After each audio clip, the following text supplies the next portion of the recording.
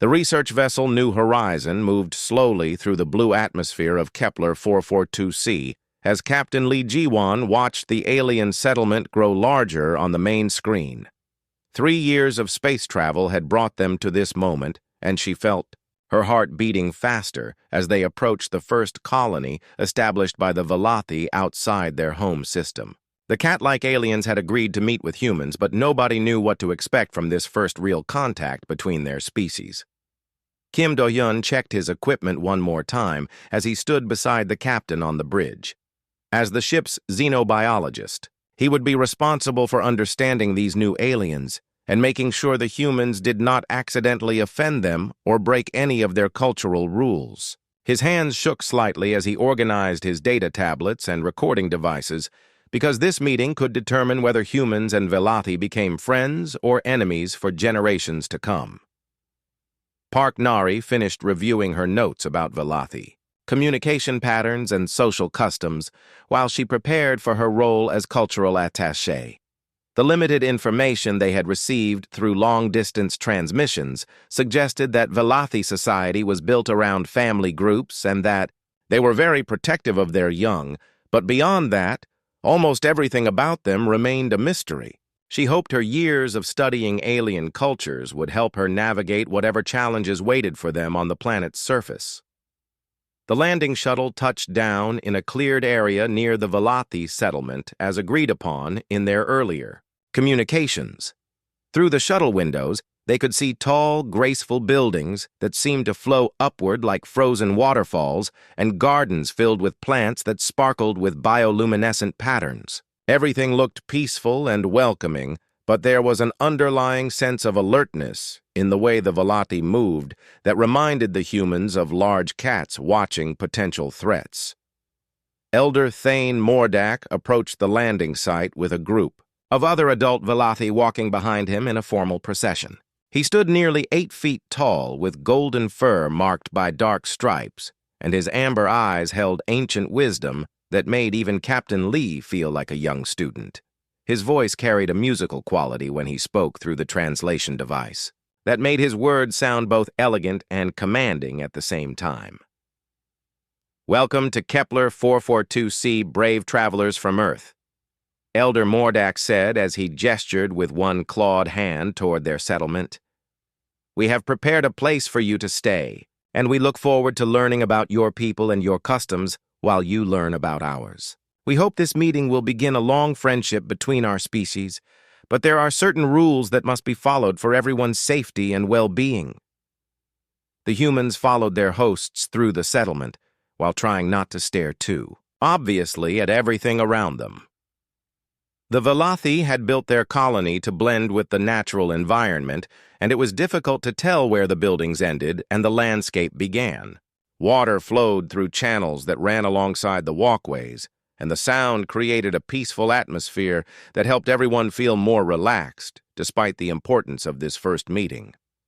As they walked, Kim Do-hyun noticed small faces peeking out from behind buildings and around corners. The Velothi cubs were about the size of human children but covered in soft fur that ranged from cream-colored to deep brown with various patterns of spots and stripes. Their eyes were larger than those of the adults and filled with curiosity. As they watched the strange visitors with obvious fascination and interest, one small cub with silver fur and blue eyes stepped out from behind its parent and took a few steps toward the group of humans before being quickly pulled back by an adult Velothi who made worried clicking sounds.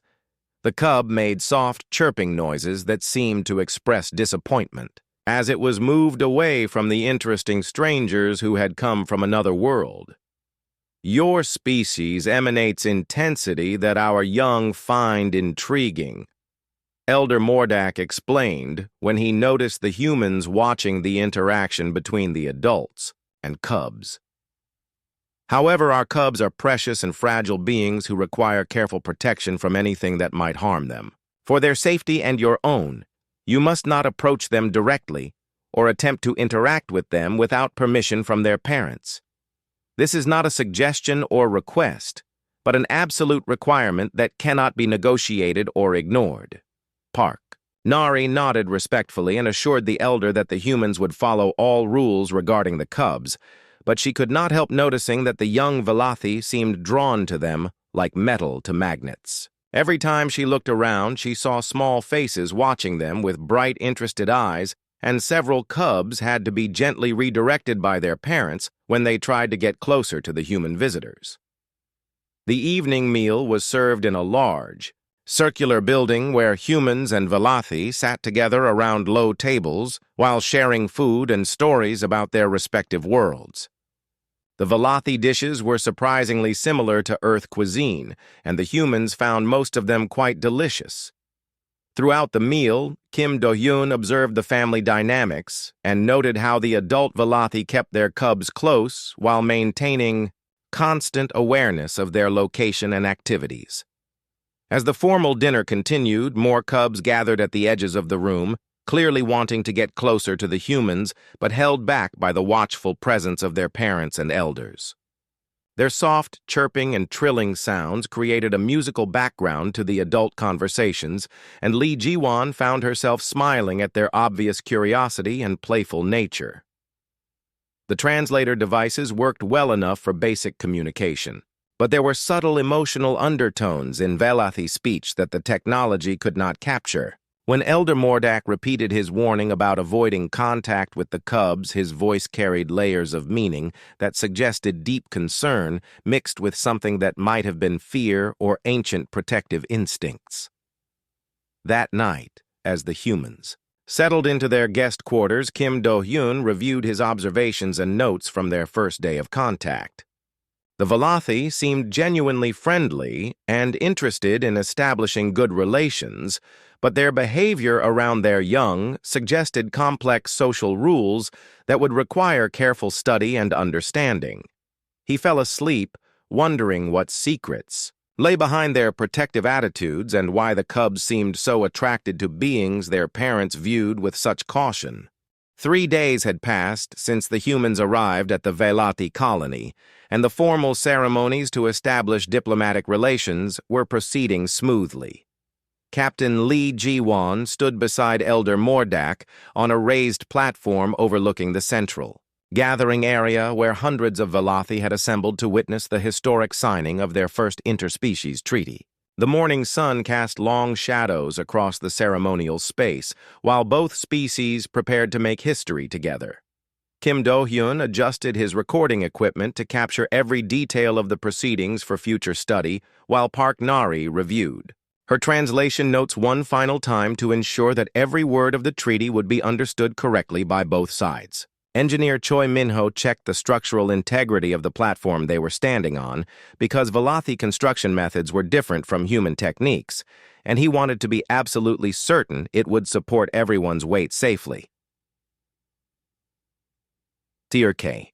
Ceremony began with traditional Velothi singing that created haunting melodies which seemed to flow through the air like living music. Adult Velothi formed concentric circles around the platform, while their cubs sat in designated areas under the watchful supervision of specially assigned guardians.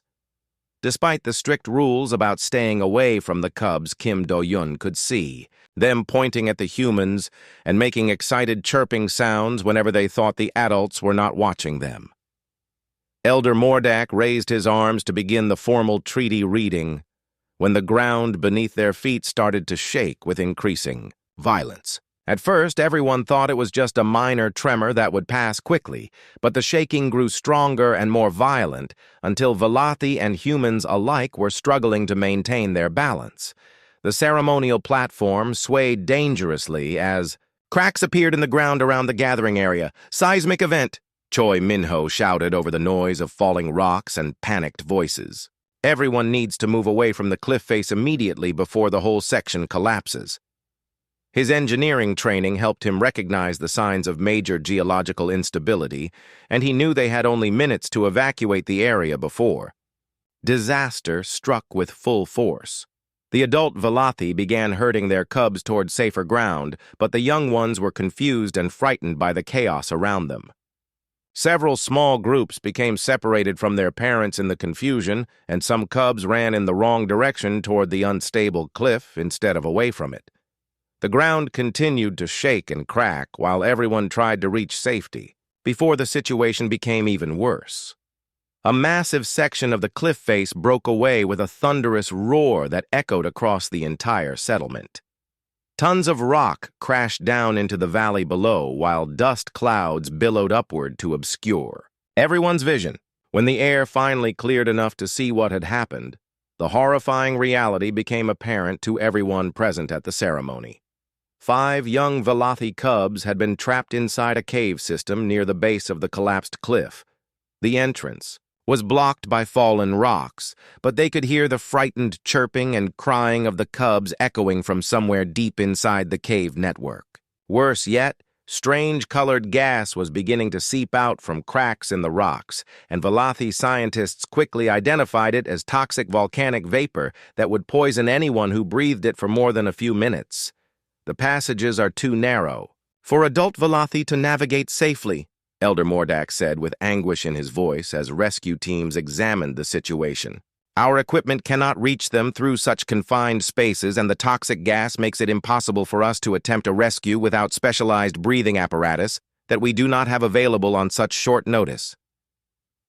Kim Do-yeon and Choi Min-ho exchanged glances as they both realized that humans might be small enough to fit through the narrow cave passages where adult Velothi could not go.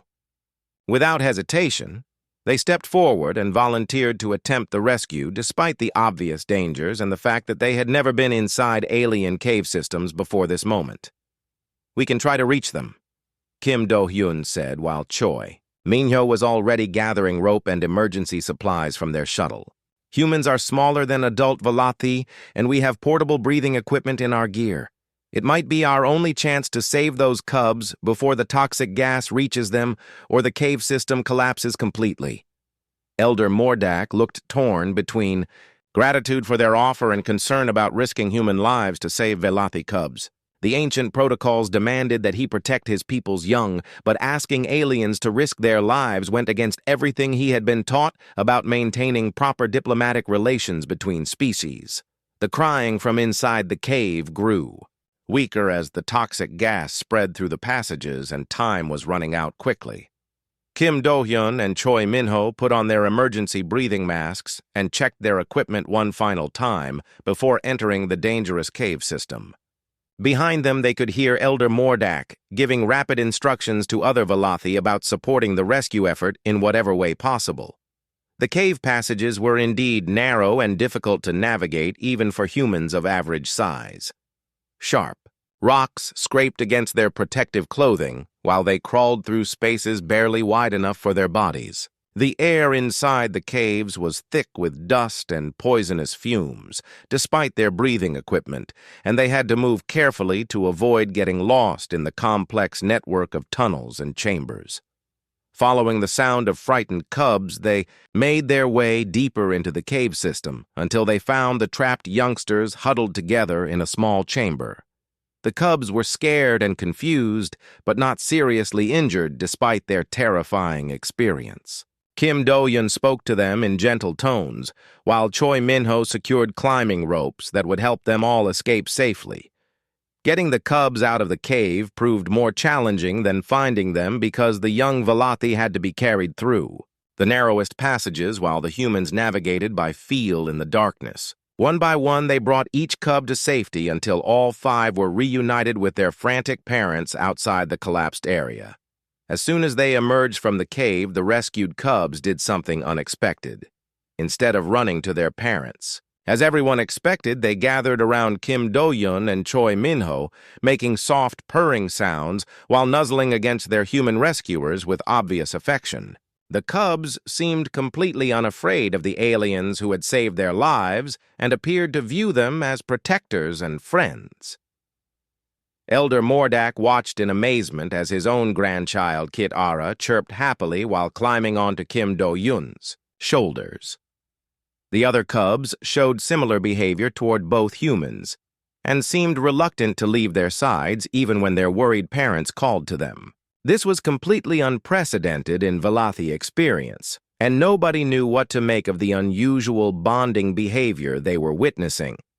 Communications officer Han Suji arrived with medical supplies and began checking the cubs for injuries, while they continued to cluster around their human rescuers.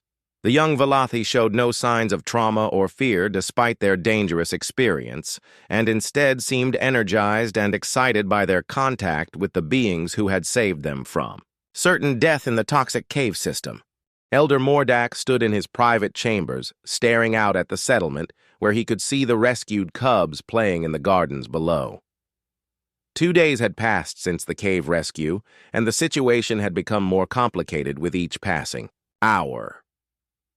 The cubs refused to stay away from their human rescuers, despite repeated attempts by their parents to redirect their attention toward normal Velothi activities and social interactions. Kitara had been following Kim Do-hyun everywhere since the rescue and would not eat her meals unless the human scientist was sitting nearby. Her parents tried to explain that humans were guests who would eventually leave the colony, but the young cub seemed unable to understand why she should maintain distance from someone she clearly viewed as family. Other rescued cubs showed similar attachment behaviors toward Choi Minho and Han Suji, who had helped with the rescue operation. The elder felt torn between gratitude for the humans who had saved precious young lives and growing concern about the unprecedented bonding that was developing between species. Velothi cubs normally formed strong attachments only to their immediate family members and showed natural wariness around strangers until they reached adult maturity. This behavior went against thousands of years of evolutionary programming and social conditioning.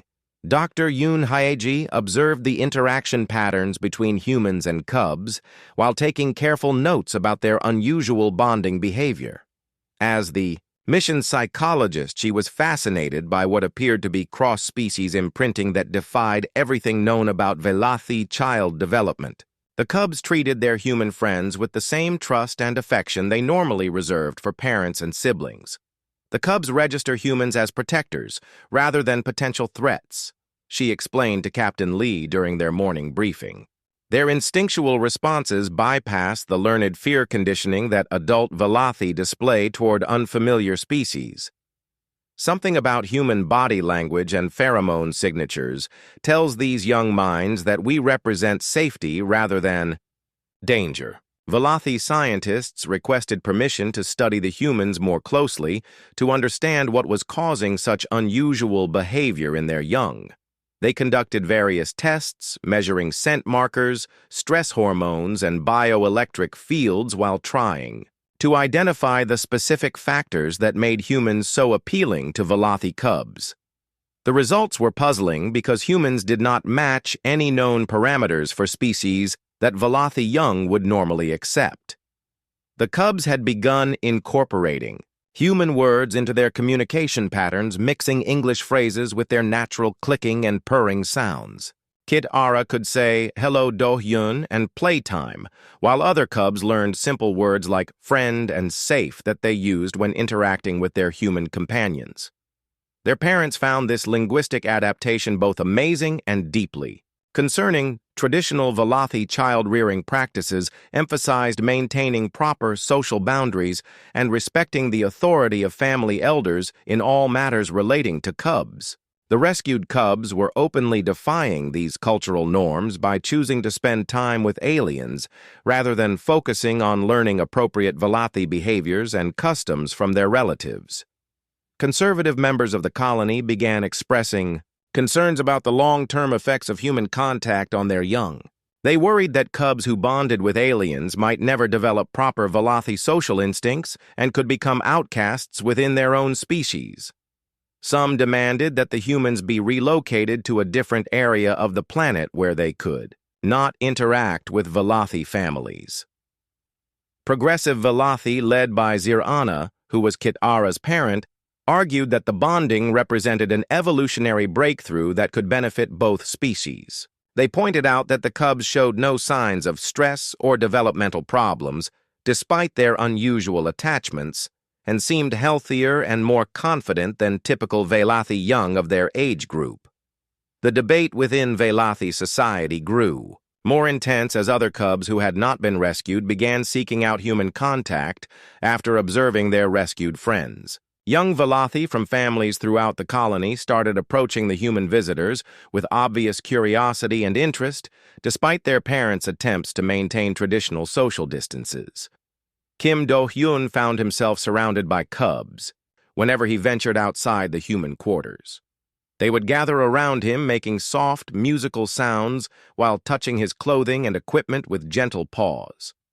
Their behavior reminded him of Earth kittens seeking attention from humans, except these cubs were clearly intelligent beings capable of complex communication and problem-solving. The cubs seemed to understand human emotions and would offer comfort when they sensed sadness or stress in their adopted friends. When Han Suji felt homesick for Earth, several cubs surrounded her, making soothing, purring sounds until she felt better. This empathetic response suggested a level of emotional intelligence that impressed even experienced xenopsychologists. Elder Mordek called a formal meeting of the Colony Council to address the growing situation before it created permanent divisions within their society. Representatives from traditional and progressive factions gathered to debate whether human contact should be restricted or encouraged based on what they had observed in recent days. Our cubs see something in these humans that our adult minds cannot perceive, Zirana argued during the council session. Perhaps our fear-based conditioning prevents us from recognizing natural allies when we encounter them. The young are not burdened by our historical prejudices and learned suspicions of other species.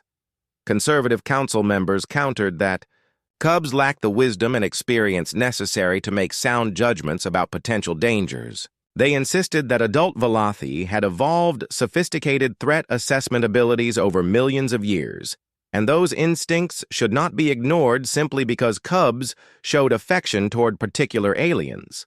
The discussion continued for hours without reaching any clear resolution, while the cubs in question played happily in the gardens outside, completely unaware of the political controversy their behavior had created. They continued to seek out human company whenever possible and showed no signs of reducing their attachment despite the ongoing debates about their future. Dr. Yoon Hyeji proposed a compromise solution that might satisfy both factions while allowing continued study of the unprecedented bonding phenomenon. She suggested establishing controlled interaction protocols that would permit cubs to spend supervised time with humans while ensuring that traditional Velothi cultural education remained the primary focus of their development. Late that evening, Elder Mordak walked through the quiet settlement, observing the peaceful scene around him. In one garden area, he saw Kit Ara sleeping curled up against Kim Do-hyun's leg, while the human scientist read from his data tablets. The sight filled him with conflicting emotions because it challenged everything he thought he knew about proper interspecies relationships and childcare practices. The elder realized that his people stood at a crossroads that would determine their future relationships not only with humans, but potentially with other alien species they might encounter as they expanded into the galaxy. The decision they made about these unprecedented bonds could shape Velothi civilization for generations to come. The situation reached a breaking point when cubs from families who had not been involved in the rescue began abandoning their normal activities to seek out human contact. Traditional Velothi social structures started breaking down as young ones ignored their assigned learning groups and family responsibilities in favor of spending time with the fascinating aliens who had come to their world. Captain Lee Ji-won found herself mediating heated discussions between conservative and progressive Velothi factions while trying to maintain diplomatic relations that were becoming more strained with each passing day. The conservative faction led by Elder Kethmorn demanded immediate human departure from the colony, while progressives argued that the bonding represented a natural evolutionary development that should be studied and embraced rather than feared. These aliens are disrupting thousands of years of carefully developed child-rearing practices, Elder Kethmorn declared during one particularly tense council session. Our cubs are forgetting their duties to family and community while becoming obsessed with beings who will eventually leave our world. This cannot be allowed to continue without causing permanent damage to our social fabric. Zirana stood to address the council with passionate conviction in her voice as she defended the unusual relationships that had developed between species. My daughter Kitara has never been healthier or more confident than she is now. The humans have taught her things about courage and compassion that she could never have learned through traditional methods alone. We should be celebrating this breakthrough rather than fearing it. The debate grew more intense as reports came in from throughout the colony describing cubs who were refusing to participate in normal educational activities unless humans were present. Some young Velothi had stopped eating traditional foods and would only consume meals when their human friends joined them. Others had begun sleeping outside the human quarters, hoping to be near their adopted protectors during the night. Kim Do-hyun felt increasingly uncomfortable about the situation despite his genuine affection for the cubs who had attached themselves to him.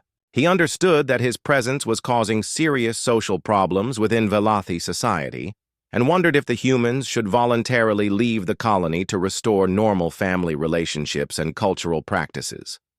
The crisis escalated when traditional faction members decided to take direct action to separate cubs from their human companions. A group of conservative Velothi surrounded the area where Kitara and several other cubs were playing with Kim Do-hyun and Choi Min-ho. They attempted to physically remove the cubs from human contact while explaining that such relationships were inappropriate and potentially harmful. The cubs reacted with extreme distress when forced away from their human friends. They cried out with heartbreaking wails that echoed throughout the settlement while struggling against the adults who were trying to separate them from beings they viewed as family members.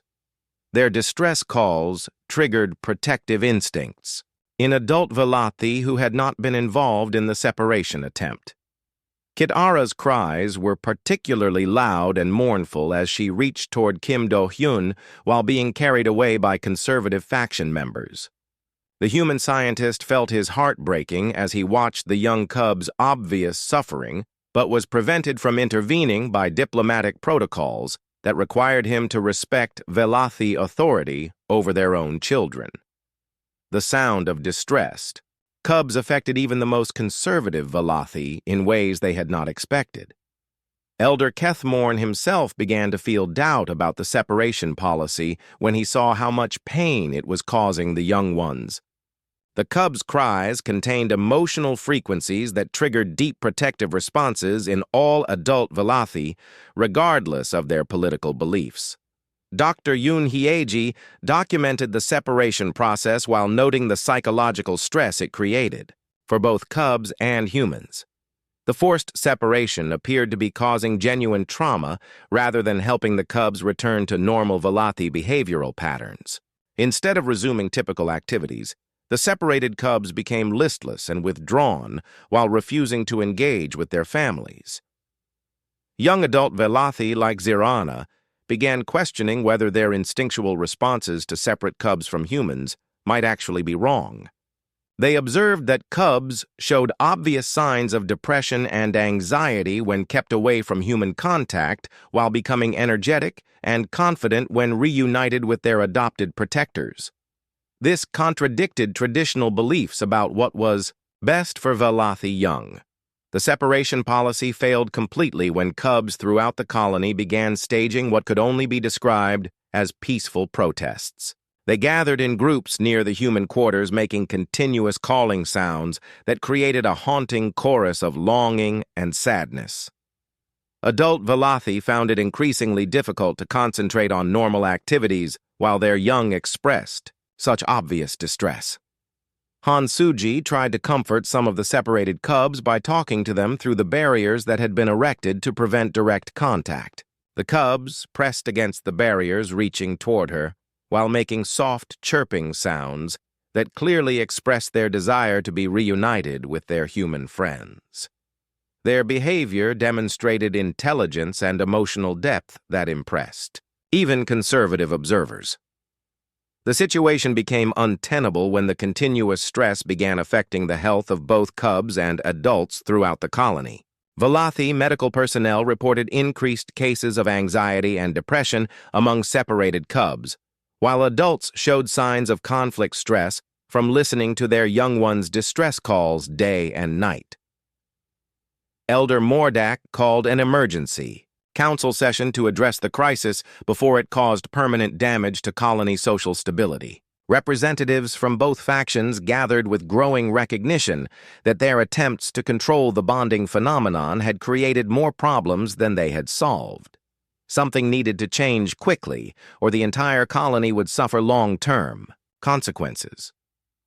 We cannot continue to ignore what our cubs are telling us through their behavior, Zirana argued with newfound support from previously neutral council members. They see something in the humans that we have been trained not to recognize. Perhaps it is time to trust their instincts rather than our fears. Progressive faction members pointed out that human behavior during the crisis had been consistently protective and respectful toward Velothi authority, even when they were clearly suffering from separation from cubs they had grown to care about. The humans had not attempted to interfere with Velothi decisions, despite their obvious emotional investment in the relationships they had developed.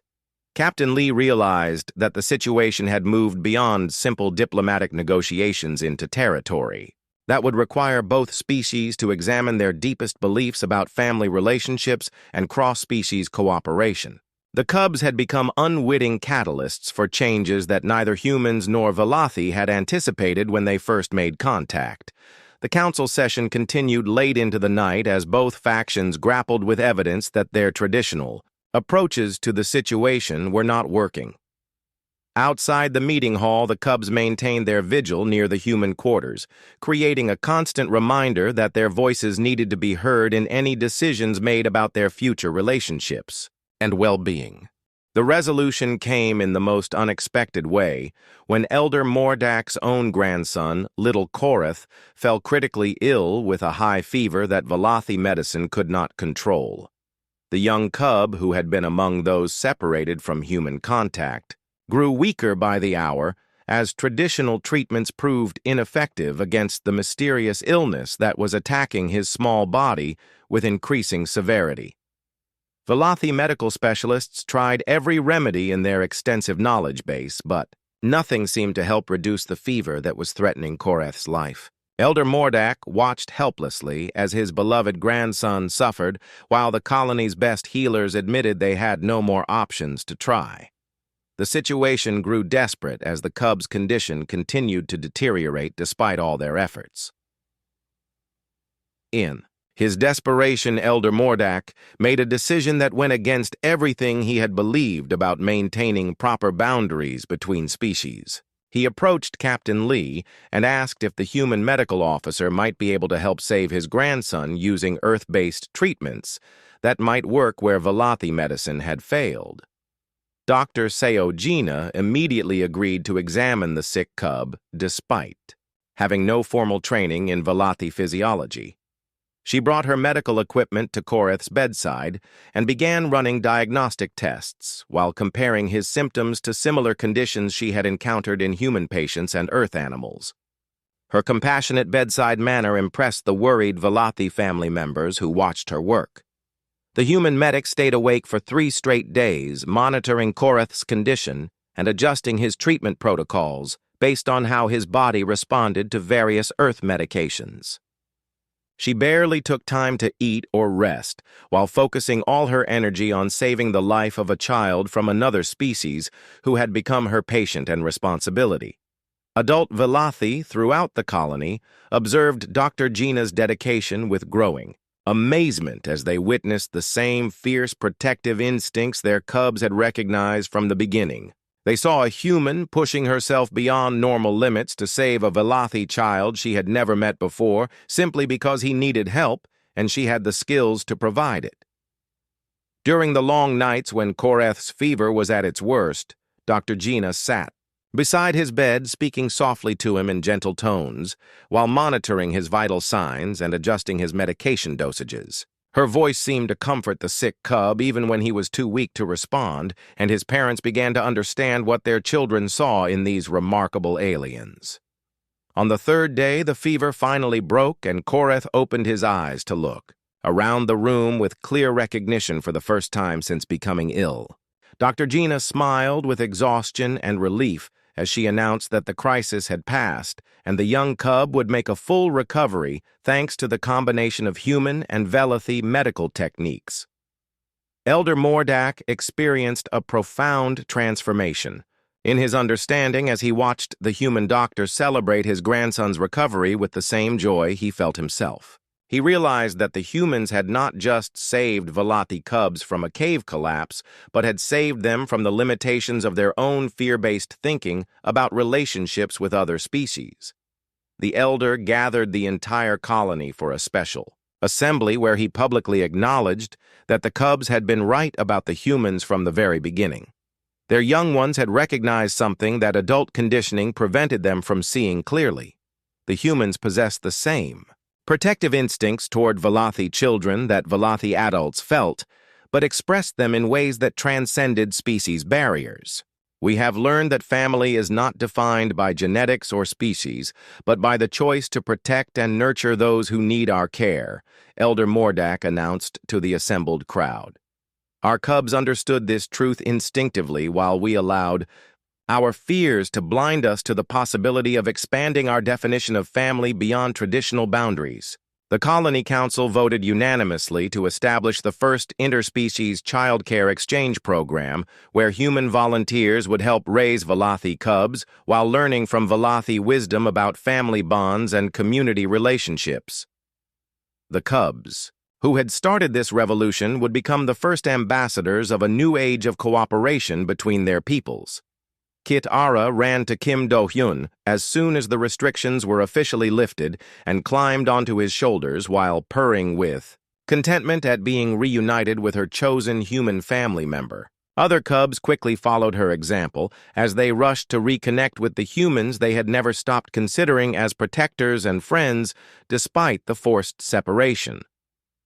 Dr. Yoon Hyeji began documenting the new social structures that emerged, as humans and Velothi learned to blend their child-rearing practices in ways that benefited both species. The cubs thrived under the combined attention of their birth families and their adopted human guardians, while developing skills and perspectives that neither species could have provided alone. 6 months later, the sight of human caregivers surrounded by purring Velothi cubs had become commonplace throughout the colony. Visitors from other worlds came to observe this unprecedented example of interspecies cooperation, and many requested similar exchange programs with their own civilizations after witnessing the positive results. Elder Mordak often reflected on how much their society had changed since the day humans first arrived at their colony. The greatest strength was not protecting young ones from the world, but helping them find the right guides within it, regardless of what species those guides might belong to originally. The final scene showed Kim Do-hyun teaching young Kit Ara to read human writing while she taught him to understand Velothi harmony speech. Both species had learned that chosen family created stronger bonds than genetics alone, and that love could transcend any barrier when it was given freely and accepted with open hearts. Captain Lee prepared her final report on the mission knowing that this first contact had exceeded every expectation they had held when leaving Earth. The humans had not only established diplomatic relations with an alien species, but had helped create new models for interspecies cooperation that would influence galactic civilization for generations to come. The cubs who had refused to leave human sides despite all warnings and restrictions had become the architects of a future where species boundaries mattered less than the willingness to care for others. Their innocent recognition of human protective instincts had taught both civilizations valuable lessons about the true meaning of family and the power of love to create connections across impossible distances and differences.